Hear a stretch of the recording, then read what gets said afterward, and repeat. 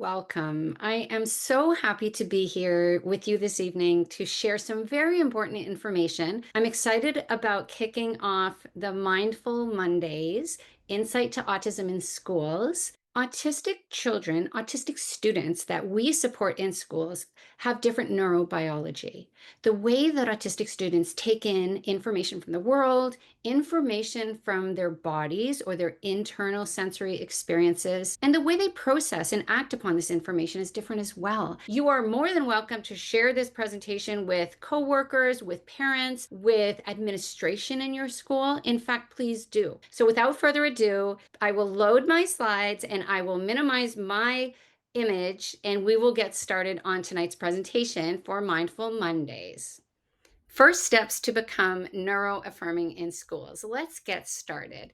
Here is my contact information. My website is kidsmasterskills.com, and you can reach me by email at kidsmasterskills@gmail.com. A little bit about me. I've been an OT for over 20 years. I'm a Canadian-American dual citizen. I'm a graduate of Boston University and work on the BU faculty.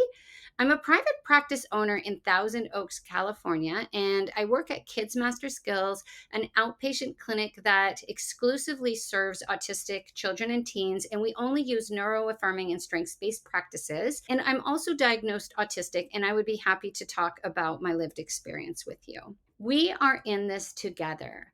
I believe that becoming neuro-affirming is truly a journey, and I think that it's made of two different parts. The first part is that we're committed. We decide that we are neuro-affirming and that we truly believe that there is a better way for us to be serving and supporting autistic kids in schools. The second part is actually learning what to do, how to support our kids, trying different things, seeing what works, seeing what doesn't work. Before I had any knowledge or skills to support autistic kids in schools, I knew that I wanted a different way. And there were times when I was in a school and I felt tremendously alone. I felt that I knew I wanted to do things differently. I knew that adults could better support their kids, that the kids could be more regulated, that they could be happier and thriving, and they could be enjoying school. But that wasn't what was happening. Often there were power struggles. Often I could see the frustration on the behalf of both the kids and the teachers. And there were times when I left school and I was just low because I didn't know what to do.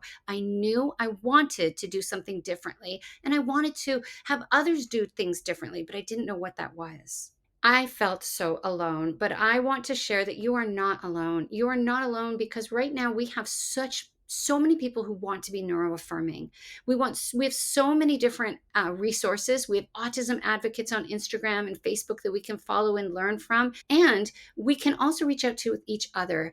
You may know speech therapists or OTs or other parents or teachers who are affirming. And you can also reach out through Facebook groups. So I wanted to share that although as depicted in this picture, it looks as though we are jumping over terrifying chasm. And in ways we are, but we want to shift from the past into a new future that's better. And we are not alone. We are in this together. In this presentation, I will be walking you through 5 first steps to become neuro-affirming in schools. I am targeting this to all groups of people who are involved, all groups of adults who are involved in supporting autistic kids, parents, teachers, paraprofessionals, therapists, other professionals, and even school administration. The first step that I'm going to share is hugely important. And if you take away any pearls of wisdom today, perhaps it should be this first step. But that said, the last step is also extremely important. So I also want you to take away the important information that I will share in the last step.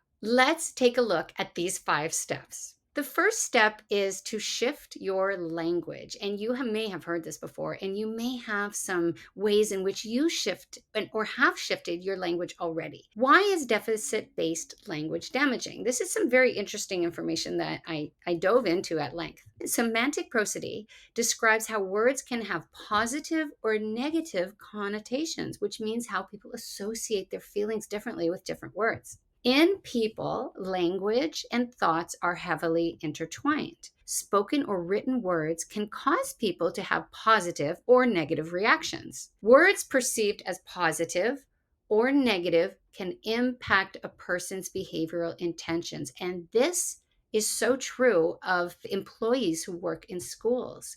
When we use certain words about an autistic student, it can trigger certain feelings in the adults who support them. Overall, word choice can impact a person's impressions of whatever is being described. So, language truly matters. And the language that we select to use in talking about our own child, if it is our child and we're their parent, talking about our students in an IEP meeting, even reframing and substituting different words in conversations when people are using words that truly are not affirming. And we're going to get into some details. How is strengths based language uplifting? Well, there was a study, and it's a fascinating study, at the Yale Child Study Center that looked at how using deficit based versus strengths based language in early intervention affected parents. What they found was that strengths based language resulted in the following parent behaviors: there was improved affect, there was more positive statements about their child, and there was a greater affection toward their child. So that was just based on the language. And I find myself fascinated with some of this research because it just goes to show that even when we, as teachers, therapists, or parents, model certain words and certain perspectives and language about an autistic child, then we could be influencing others. On this slide, I would like to talk about how autistic children are often described using very specific phrases and words. And I'm going to read them through: non purposeful actions, abnormal social skills, black and white thinking, limited eye contact, restrictive interests, poor language skills, intolerance to change, visual inattention, tendency to monologue, aberrant intensity of focus, and disordered sensory processing. And now I want to share that every one of these phrases I pulled from an IEP. What about if we reframe this language so that we're not seeing deficits or problematic behavior or traits that we want to change, but we're just seeing differences? Instead of saying non purposeful actions, we could say regulatory movements. Instead of abnormal social skills, how about neurodivergent social tendencies? Categorical thinking instead of black and white thinking.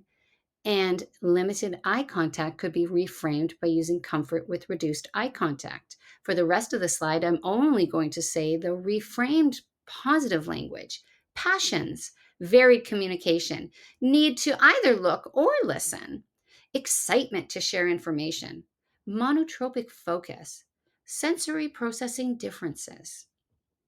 So, what I recommend is that we, parents, teachers, therapists, other professionals, admins, start to truly shift our language and think about what are we saying about a child when we talk about their traits and characteristics. I'm sharing this table that I made back in 2023, but to me, this is still very relevant.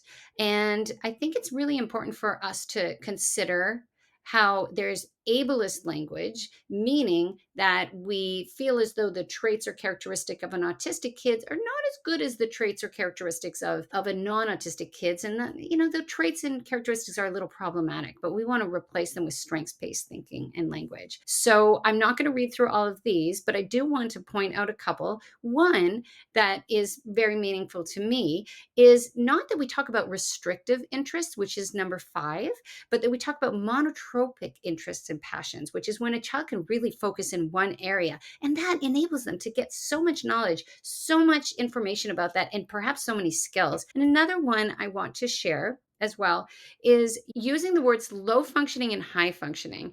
There's a lot of debate right now in autism communities about what we should be saying instead, and there is controversy with this, with the substitution that I suggest here, which is high support needs and low support needs. But we need to start to think about what we're saying about the skills of an autistic person and whether we're incorporating an ableist view when we talk about their skills. All right, the next step for you to become neuroaffirming in schools is a real goal for you. This is a one thing I want you to do, and you could start this tomorrow, is to prioritize one affirming practice. What does this mean, to prioritize one affirming practice? In your journey of learning about neuroaffirming practice, you may connect more and feel more passionate about one challenge that you see autistic kids face. It may be your own child or student. Only you know what affirming practice resonates right now with with your kids. So you can choose an affirming practice, and then what I recommend is that you write yourself a real, true, actual, measurable goal for yourself. On the next few slides, I'm going to share some ideas of what you may want to prioritize in regards to an affirming practice. So let's look at some ideas.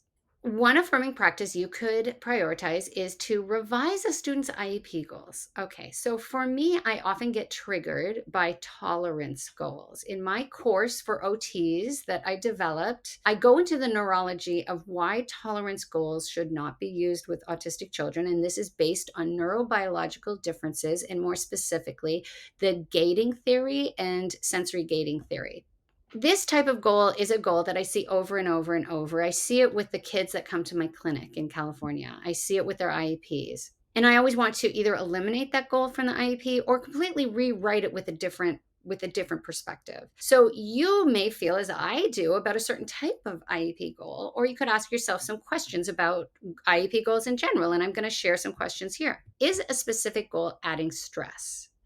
Is it lacking meaning or overly dull to the student? Has it been on the IEP for too long? Is the student not making progress towards it? So these are some practices that you may want to look into as your one affirming practice that you're going to prioritize. Another idea is to revise a student's IEP accommodations. As you learn more about how to better support autistic students in the classroom, you may realize that potentially supportive accommodations are simply not included on the student's IEP. And alternatively, there are often accommodations, many times, that are far too general, and they really need to be refined so that staff knows how to implement the accommodation. I often see visual support or visual schedule of what at what time and how is it presented, measurable again.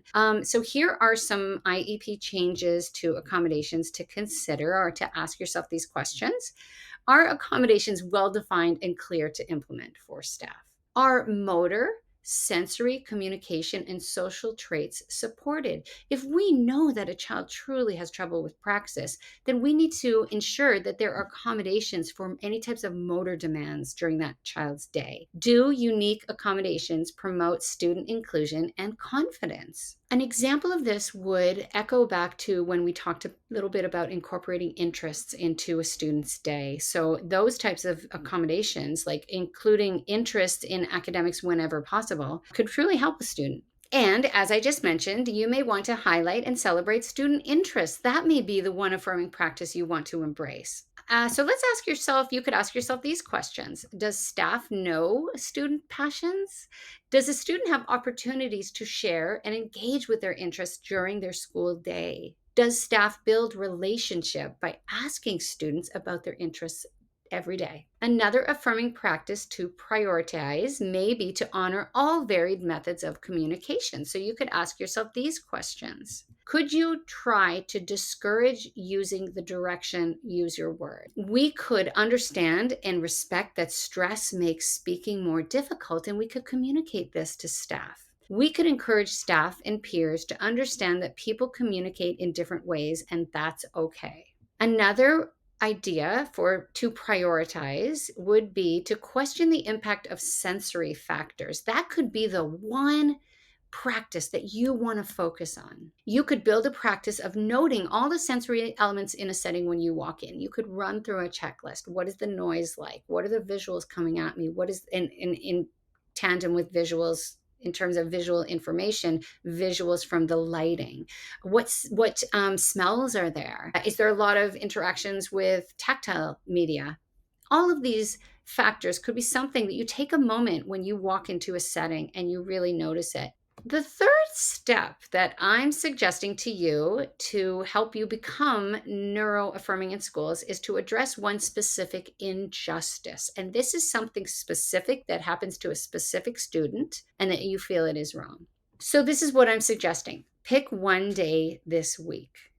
If you work in the schools, get in your car at the end of the school day, but do not turn on the engine, and ask yourself this question. If I had a magic wand and I could change one thing about one autistic student's day, what would it be? Now, this challenge is your one specific injustice that you will reflect on, consider, research, and problem solve, and you will brainstorm ways to address this injustice. Do I need to call for the revision of an IEP goal? Do I need to add an accommodation to the student's IEP so that this injustice and this situation won't happen again? Do I need to share research with a teacher or with the principal? Do I need to post in a Neuro-Affirming Facebook group to get an article or ask advice or refer to a Google Scholar search or chat GPT search and find answers? Do I need to speak with the student and ask them what's up or what would work better for you? Know that your first approach may not work. In my AOTA approved PD, the final module of 8 modules is called Lead Your Organization Through the Process of Change. And what I did for that module was look into leadership theories because I am not a leader. I don't know leadership theories. So I thought I better look into this to understand how we can lead others to change. And so I go into 3 different leadership theories, and they're very different and very interesting. Some are more direct. Some are more collaborative. Some use modeling. So there's different ways to approach situations. And what I do believe is that we have to try different things. In order to get others on board, we have to try things, see what works, consult and collaborate and brainstorm with others and see if there are ways to improve this one specific injustice. Step number 4 is to curate quality research.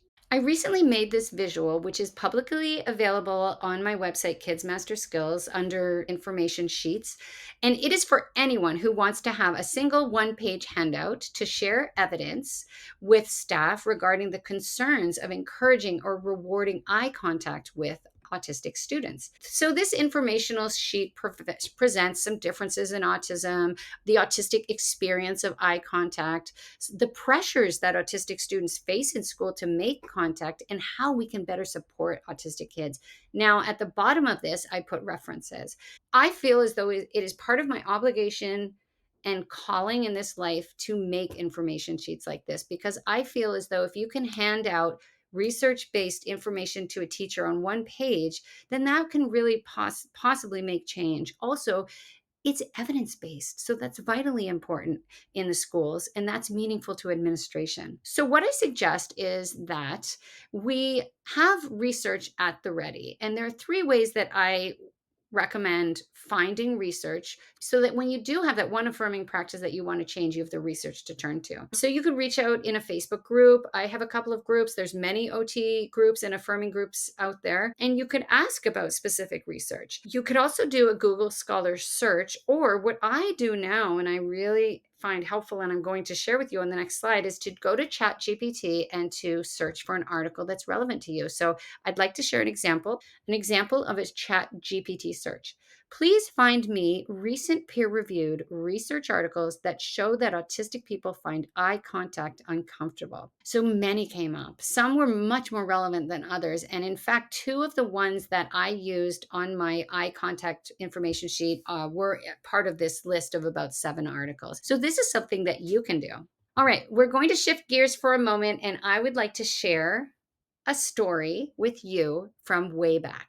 So I was working at Marshfield Public Schools in Massachusetts. Along with another OT and a speech therapist, we had an idea for how to better celebrate, support, and encourage play in all of our preschools that we supported. In tandem, we decided to reach out to the director of special ed and present some research and ask if she could be on board with this. But what happened was I was responsible for sending the email, and I accidentally sent it to the district superintendent. Silly me. And he got back to me. Within a week, I found myself in the superintendent's office, and there I was sharing my idea, and I brought with me 3 relevant research articles. Well, he loved the idea. He was 100% behind it. He basically said to me, make it happen.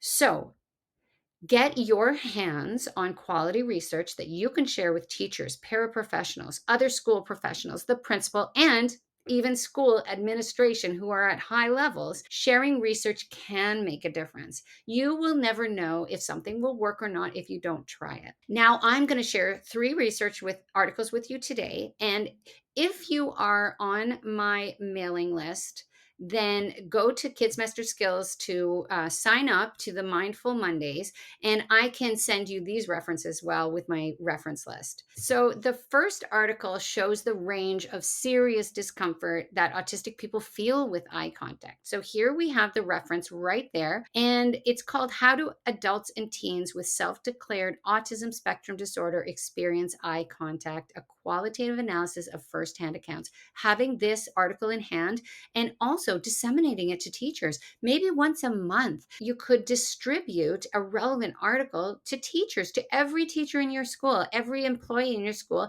saying, this is fascinating new research that I wanted to share with you because we all want to do our best in supporting our autistic students. The second article I'm going to share is a peer-reviewed article on the negative impact of behaviorism on autistic students. So this article is from 2018, and it's called Evidence of Increased PTSD Symptoms in Autistics Exposed to Applied Behavioral Analysis. In an investigation of 460 autistic children who experienced ABA, 46% met the threshold for being diagnosed for PTSS or post-traumatic stress symptoms. And the author of this study concluded that there was a strong association between ABA exposure and PTSS. And here's the citation. People may get defensive when an article is so directly linked to negative aspects of behaviorism or ABA, but also this is very fair, well done research.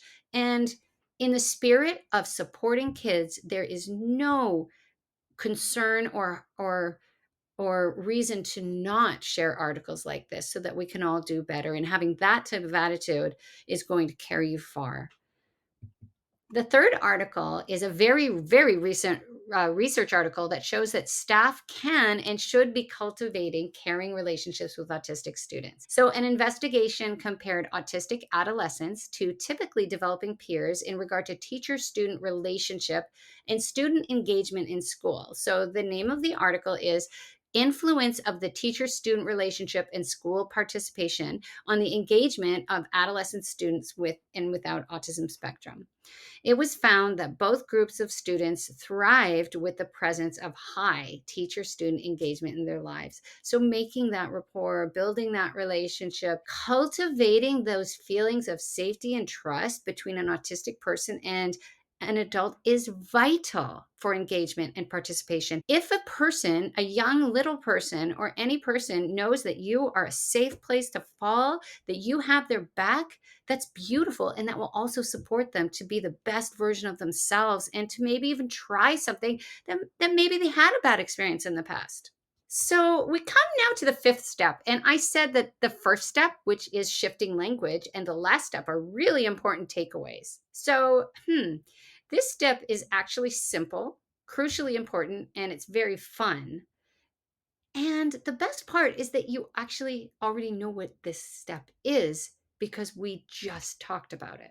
And that is to cultivate student relationships. You are here and you are neuro-affirming, and you likely do this already. And that's beautiful and wonderful, but could you do it more? There's a wonderful quote from the leader of Floor Time, which is to focus on being with the child and not doing.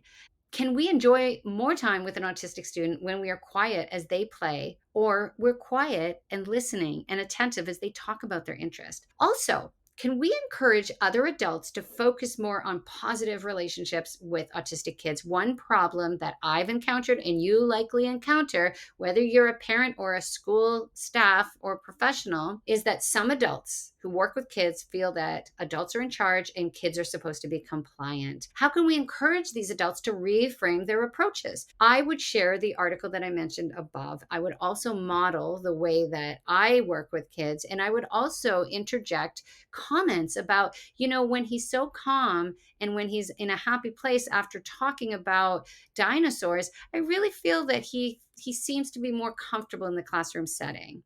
Boom. So we have come to the end of the first presentation in Kids Master Skills Insight to Autism Mindful Mondays. We addressed 5 steps to become neuroaffirming. I hope you don't feel overwhelmed, but that you feel inspired. And again, less is more. Choose one thing that you want to change and work on that to start with. And know that you're not alone. You may feel alone, but you're not. Please sign up for the Mindful Mondays on my website, and that way you will get an email tomorrow with the recording, with a PDF of the slides I shared, and with a list of references, because I did refer to quite a few things.